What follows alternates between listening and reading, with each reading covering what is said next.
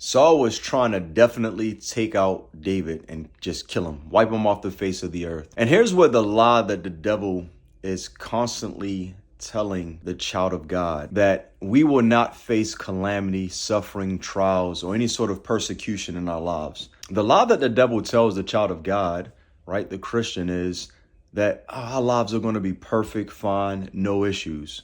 And yet, when we see David's life, now David was a man after God's own heart. David pointed to the coming King Jesus Christ. But there's still some things that we can take as Christians, as children of God, we can take from David's life. And one of those things is calamities that we may face in this life. You see, David lived a life, at least before he was king, on the run. He lived a life constantly in the face of death, as Saul would send him out to fight the battles against the Philistines. Here's the beautiful thing though, child of God, Christian, if you're listening to this, here's the amazing thing that we can cling to. God loves his people, and he's never going to put more on you than you can handle. And not only that, God actually fights for his people. So the trials, the calamities, the different sufferings that you may face in this life, they're not there to destroy you. They're not there to just wipe you off the face of this earth. If anything, they're there to test you. They're there to strengthen you. They're there to cause you to flee to God, to lean on him with all of your heart, soul, and might. And there's much more that we can learn from David's life or the many people that we see in the scriptures. Now, like I said earlier, ultimately, David points to Christ, the coming king that would come and sit on his throne forever and ever and reign. But like I said, this is one thing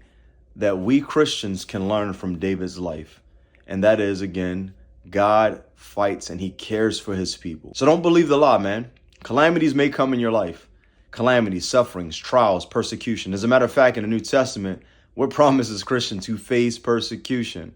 Persecution is a thing that the Christian face, especially because we desire to live godly lives pleasing to him. So may this be an encouragement to you, Christian, that if you're facing suffering, we can lean on Christ. Read Psalm 23 if you get a chance.